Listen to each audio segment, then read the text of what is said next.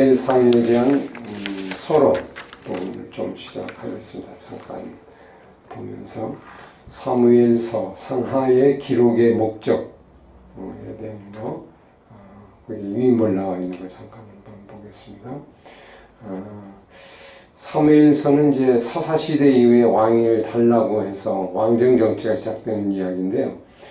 신정 정치가 이제 끝이 나고 왕정 정치로 이어지는 왕정을 요구하면서 나오는 이제 사울, 다윗, 솔로몬 세 왕들의 이야기가 이제 기록이 되고 다윗이 그 모델로 이제 사실은 나타나게 됩니다. 근데 이제 다윗이 그 모델로 나타나는 것은 의미가 있어요. 이게 이제 왜 하나님이 신정 정치에서 왕정 정치로 넘어가는 이 이야기를 하나님이 허락하셨는가? 그죠? 인간의 악함으로 왕을 달라고 하는 그 이스라엘 백성들의 그 요구에 의해서 하나님이 거기에 대해서 수락을 했거든요. 근데 그 수락을 한 것은 그럼 인간의 요구를 들어준 건가? 아니면 어떤 뜻이 있는가? 왜 들어줬어요? 왕정.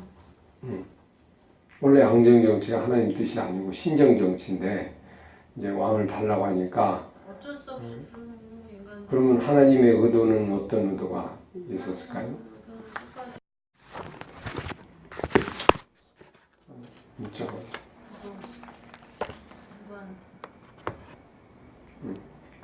왔는가?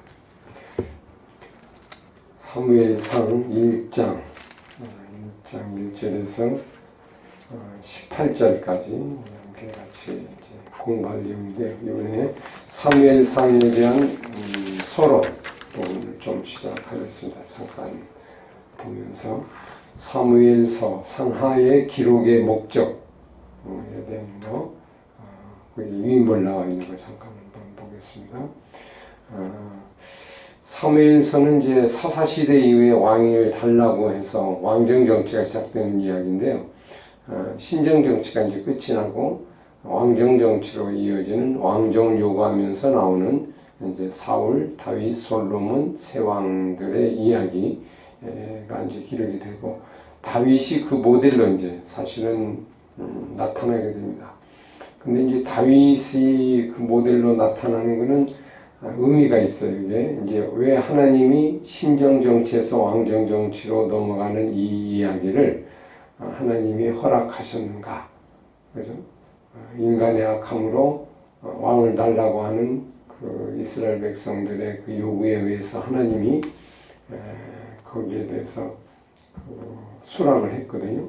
근데 그 수락을 한 것은 그럼 인간의 요구를 들어준 건가? 아니면 어떤 뜻이 있는가? 왜 들어줬어요?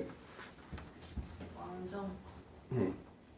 원래 왕정 정치가 하나님 뜻이 아니고 신정 정치인데 이제 왕을 달라고 하니까 어쩔 수 없이 그러는 인간. 그러면 하나님의 의도는 어떤 의도가 있었을까요? 끝까지 그냥 하나님의 통치하시고 다스리는 나라로. 근데 하나님의 계획하심 그 안에 숨겨진 게 있다고 하면 뭐가 있을 것 같아요? 왕정이 이제 왔지만 사울, 다윗, 솔로몬 그 왕 중에서 가장 이제 마음이 합한 왕이 다윗이요. 근데 다윗의 왕도 다윗도 흠이 있지만 사실은 다윗을 통하여 나중에 오실 예수 그리스도 왕 그걸 아마 그리고 아마 나갔지 않았을까. 하나님의 이제 구원하심이 그 긴 그림을 보고 이제 왕정을 허락하지만 또 거기서 마음이 합한 사람을 통하여서 예수 그리스도의 왕 되심을 오게 하시는 어떤 그런 과정으로 또 같이 이해하면 또 하나님의 그 계획과 섭리가 그 속에 메시아에 대한 그 표상이 특히 인물 속에서 이제 다윗 같은 인물 속에서 이렇게 등장하고 있는 그거를 이제 또 그리고 있는 게 사무엘서의 목적이라고 볼 수 있고요.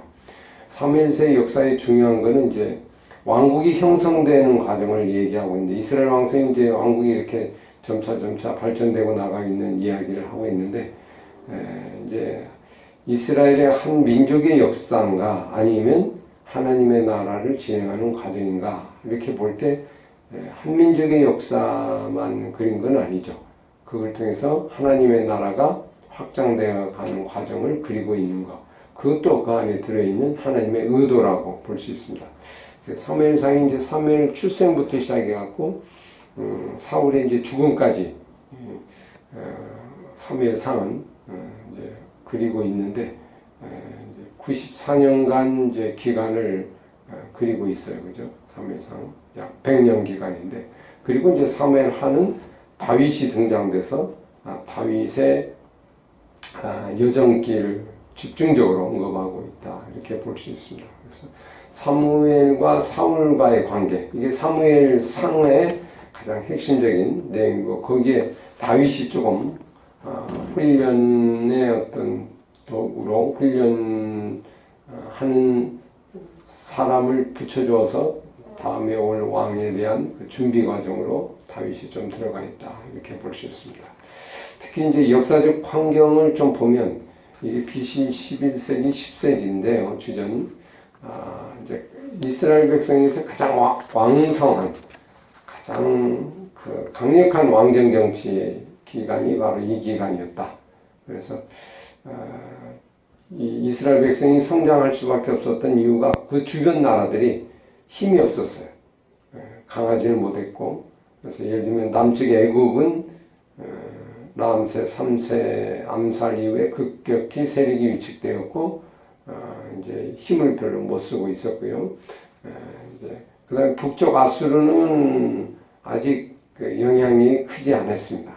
그래서 주전 9세기 이후에나 이제 세력이 회복해서 이스라엘 멸망의 치명적인 요인이 돼서 북이스라엘을 멸망시키는 하나님의 도구로 사용이 된 게 아수르고요. 그 다음에 이제 블레셋 족속이 좀 상당히 심각한 이스라엘 백성에게 적이었다고 볼 수 있어요. 해안 평화에 자리 잡고 있는데 5성읍을 독립적으로 다스린 이 나라가 아니고 하나의 족속이죠.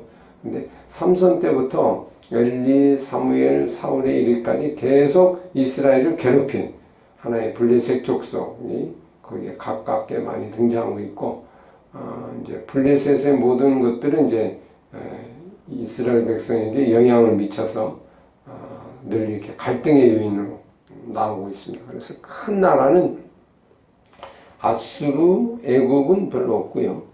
주변의 족속, 에돔 족속, 블레셋 족속, 블레셋 족속이 아주 가깝죠. 그 다음에 이제 나중에 아말렉 족속, 에서의 후손이 그래서 사울에게 아말렉 족속을 다 진멸하라 이렇게 얘기했던 그 족속. 그 다음에 사회 동쪽에 모압 족속, 동편에 암몬 족속. 그래서 결국 이제 이런 주변 나라, 작은 나라들 이게 다 이제 나중에 형제였던 원래 그런 나라들인데 하나님을 떠남으로 이스라엘 백성을 허리로 잡고 위협을 주는 실형과 도구가 되는 그런 나라로 이제 형성되어 있고 그 포진되어 있다고 볼 수 있습니다. 그래서 블레셋, 에돔, 에서, 아말렉, 그다음에 모압, 암몬 이런 이제 족속들이 결국 예를 들면 뭐죠? 이스라엘 백성들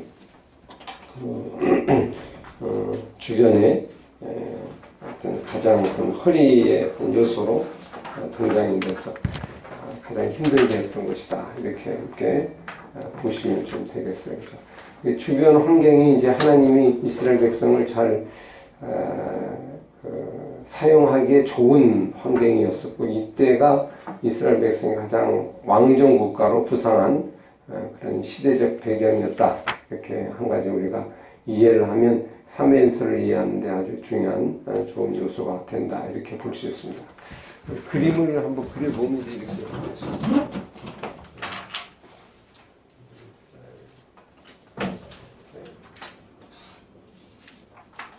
이스라엘 이 나라가 이제 만들어지는데 이쪽이 아수르, 이게 애국, 여기가 이제 블레셋.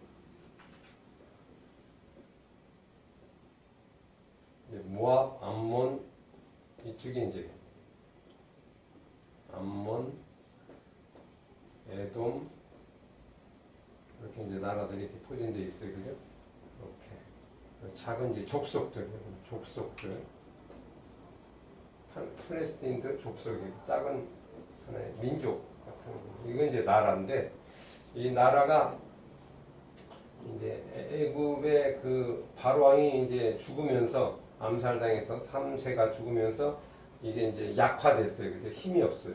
여기는 이제 시작이 되는 부분이고 탄생되는 부분에서 별로 이것도 힘이 없고 이것도 힘이 없고 그 가운데 이스라엘 백성들이 이제 하나님의 나라가 이제 만들어지는데 왕정 통치 그래서 사울, 다윗, 솔로몬 그래서 사실 이 3대 3세 왕의 이 시기가 가장 번성해서 솔로몬 시절에는 이 땅들이 이렇게 넓게 이렇게 지배를 했거든요. 이렇게 그래서 가장 번성한 나라의 모습이었다. 그래서 이 주변 환경이 약한 과정 속에 이스라엘 백성을 이제 처음에 이렇게 시작하게 하셨다. 이게 하나님의 의도라고 보고요.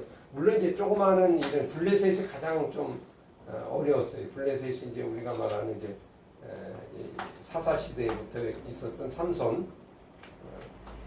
인하여 계속 괴롭힘 당하고 사울도 블레셋하고 싸움이 일어나고 이제 이런 과정들이 이렇게 볼 수 있죠. 이제 이렇게 보면 하나님이 이스라엘 백성을 만들기 위해서 어떤 역할을 했는가 크게 보면 큰 나라 대국들은 약하게 만들고 이건 이제 작은 족속들은 이제 옆에 둬서 좀 이렇게 찌르는 거죠. 그래서 좀씩 이렇게 경계를 하게 하고 좀 이제 어려움을 주면서 각성하게 만드는 어떤 요소, 특히 블레셋이 그 역할을 많이 했죠. 이제 이렇게 그러나 전체적인 면에서는 이제 이스라엘 백성들이 결국 이제 발전할 수밖에 없는 이 시기였다. 그래서 주전 9세기, 10세기 이렇게 10세기 이 시기 우리가 잘 좀 이해하면 되겠습니다. 9세기부터가 이제 여기 나오니까 처음부터는 11세기 시작으로 이해하면 됩니다. 근데 이제 하나님이 요거를 힘없게 만드는 시절에 하다가 나중에 이제 이게 커지죠. 이렇게 애국도 커지고 그 다음에 여기에 이제 바벨론이 하나 생기고 바벨론 그 다음에 여기에 이제 페르시아가 생기고 그 다음에 이제 헬라가 생긴단 말이에요. 이렇게 헬라, 로마 이렇게 생기죠. 이렇게 그러면 이렇게 되면 이스라엘 백성에 의해서 이 나라가 이렇게 흥왕도 되고 망하기도 하고 이제 이렇게 되는 구조로 가 있죠. 그래서 요걸 이제 지도를 그릴 때 여기가 지중해잖아요. 세계의 중심이 이게 지중해가 뭐예요? 지중해. 지구의 중심의 바다다. 그죠? 그래서 여기가 지구의 중심입니다. 지중해라고 보통 얘기해요. 가장 핵심이죠. 그 중에 가장 중요한 곳이 이스라엘이고요. 허브죠. 그러면 그 중에 이제 큰 나라들이 다 포진되어 있단 말이에요. 여기가 인류 문명의 하여튼 뭐 발생지와 같이 가장 격전지고 가장 중요한 세계적으로 가장 중요한 어떤 부분. 하나님이 이 가나안 땅을 아마 이런 쪽을 선택한 이유도 바로 이런 지정학적인 이유가 있는 것이다. 만약 이게 이제 우리나라처럼 이렇게 멀리 이렇게 약속의 땅을 했다고 그러면 어떻게 될까요?